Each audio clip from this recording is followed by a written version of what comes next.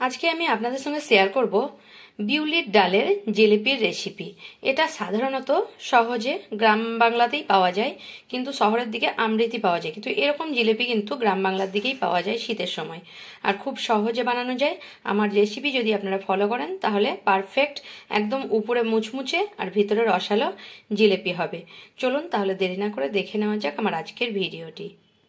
জিলিপি বানানোর জন্য এখানে 1 কৌটো বিউলির ডাল আমি ভিজিয়ে রেখেছিলাম। 4-5 ঘন্টা ভেজানোর পরে এটাকে আমি ধুয়ে পরিষ্কার করে নিয়ে নিয়েছি।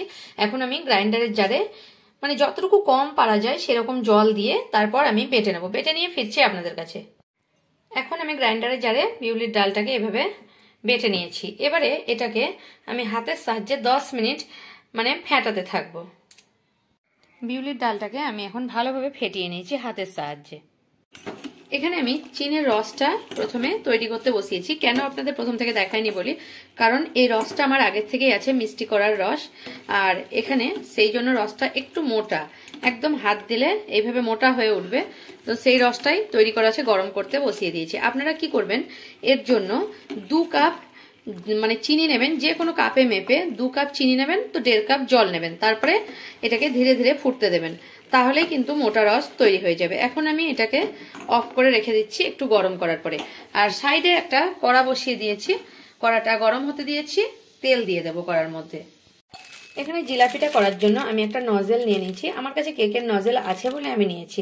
আপনারা কিন্তু এখানে যে কোনো মানে তেলের প্যাকেট বা কিছু এরকম পাইপিং ব্যাগ থাকলে শুধু কেটে নিতে পারেন, কিন্তু নজেলটা থাকলে জিলাপিটা দিতে সুবিধা হয়।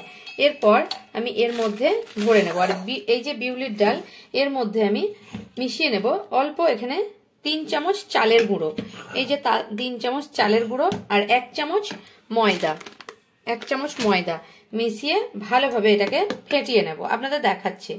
এখানে ডালের মধ্যে এই যে ছোট্ট চামচ দেখছেন, এই চামচের আমি 6 চামচ চালের গুঁড়ো নিয়ে নেব। এখানে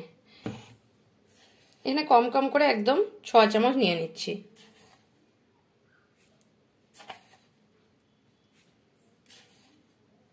পাঁচ, 6 চামচ চালের গুঁড়ো নিলাম। আর এখানে নিয়ে নেব ময়দা, নিয়ে নেব 3 চামচ। এখানে ময়দাটাও নিয়ে নিচ্ছি 3 চামচ। আর একটা বাটির আমি 1 বাটি বিউলির ডাল ভিজিয়েছিলাম, আপনাদের আগেও বলেছি আমি। এখানে ময়দা নিয়ে নিলাম 3 চামচ। এবারে ভালোভাবে এর সঙ্গে মাখিয়ে নেব। হালকা একটু জল লাগলে আমি জল ব্যবহার করব।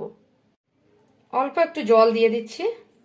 খুব মানে মোটা বা পাতলা করা যাবে না, জল দিয়ে আমি এক হাতে দেখাতে পারছি না, এভাবে ভালোভাবে মাখিয়ে নেবো, যেমন ইডলির একটা ব্যাটার হয় সেরকম করে নেব। এখন এবারে দেখাচ্ছি, দেখুন এইভাবে ভালোভাবে এটাকে মাখিয়ে নিচ্ছি। আর একটু জল দিয়ে নেব। এখন আমার মেয়ে চলে এসেছে, তাই আমি ওকে ক্যামেরাটা দিয়ে ভিডিওটা করতে থাকছি আর দেখাতে থাকছি।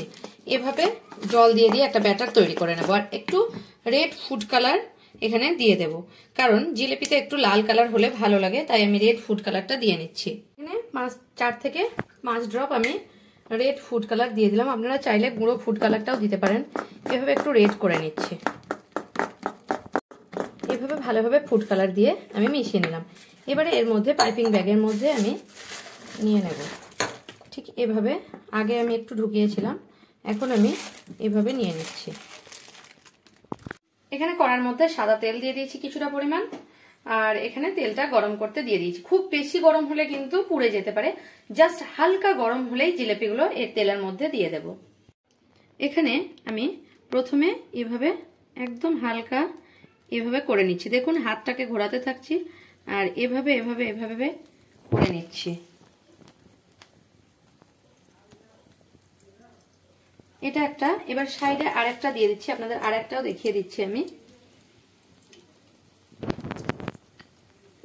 এভাবে সাইডে সাইডে ঘোরালেই কিন্তু জিলিপির প্যাঁচটা হয়ে যাবে। একদম লোতে রেখেছি। এভাবে আমি আরো দুটো দিয়ে নেব। একদম লো ফ্লেমে রেখে এটাকে হালকাভাবে আমি কড়াটাকে ধরে নাড়াতে থাকছি। একদম লো ফ্লেমে দিয়েছি। এভাবে একটু 1 পিঠ ভাজা হয়ে গেলে আবার আমি এটাকে ধীরে ধীরে উল্টে দেব। ঠিক এভাবে এখনো কাঁচা আছে, তাই ধীরে ধীরে ভাজা হোক, তারপর আমি উল্টাবো। এটা উল্টে দিচ্ছি আর এটা উল্টে দিচ্ছি। উল্টে পাল্টে একটু ভালোভাবে একদম লো ফ্লেমে রেখে এটাকে আমি 5 থেকে 7 মিনিট এভাবেই ভেজে নেব। আমার এখন জিলিপিগুলো ধীরে ধীরে ভাজা হয়ে গেছে।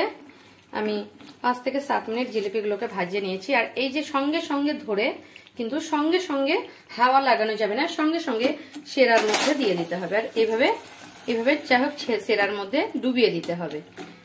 জাস্ট কয়েক সেকেন্ড, আমি দেখুন আপনারা দেখলে বুঝতে পারছেন কয়েক সেকেন্ড ডুবাচ্ছি। বেশিক্ষণ ডুবালে কিন্তু সেরার মধ্যে জিলিপিটা একদম ন্যাতনেতে হয়ে যাবে, আর যে মুচমুচে ভাবটা সেটা থাকবে না। এবারে আমি জিলিপিটাকে তুলে নিচ্ছি আর এভাবে রস ঝরিয়ে তারপর আমি জিলিপিটাকে একটা প্লেটের মধ্যে রেখে দিচ্ছি। এইভাবেই বাদবাকিগুলোও আমি করে নিচ্ছি। এখন আমি 4টে জিলিপিকে তৈরি করে নিয়েছি আর দেখুন জিলিপিগুলো আমার তৈরি হয়ে গেছে। আর বাদবাকিগুলো এভাবেই আমি তৈরি করে নেব। আমার রেসিপি যদি আপনাদের ভালো লেগে থাকে তাহলে আমার চ্যানেলকে সাবস্ক্রাইব করার অনুরোধ রইল। আর কমেন্ট করে জানাবেন রেসিপিটা আপনাদের কেমন লাগলো। যদি ভালো লেগে থাকে তাহলে একটা লাইক করতে ভুলবেন না, আর প্রচুর প্রচুর শেয়ার করবেন। এবারে আপনাদের আমি একটা ভেঙে দেখাচ্ছি কতটা মুচমুচের কতটা রসালো হয়েছে। দেখুন কতটা রসালো, কতটা মুচমুচে। আর একটা আমি ভেঙে দেখাচ্ছি, দেখলে নিশ্চয়ই বুঝতে পারছেন কতটা মুচমুচে। এবারে আমি আজকের মতো এখানে ভিডিওটা শেষ করছি।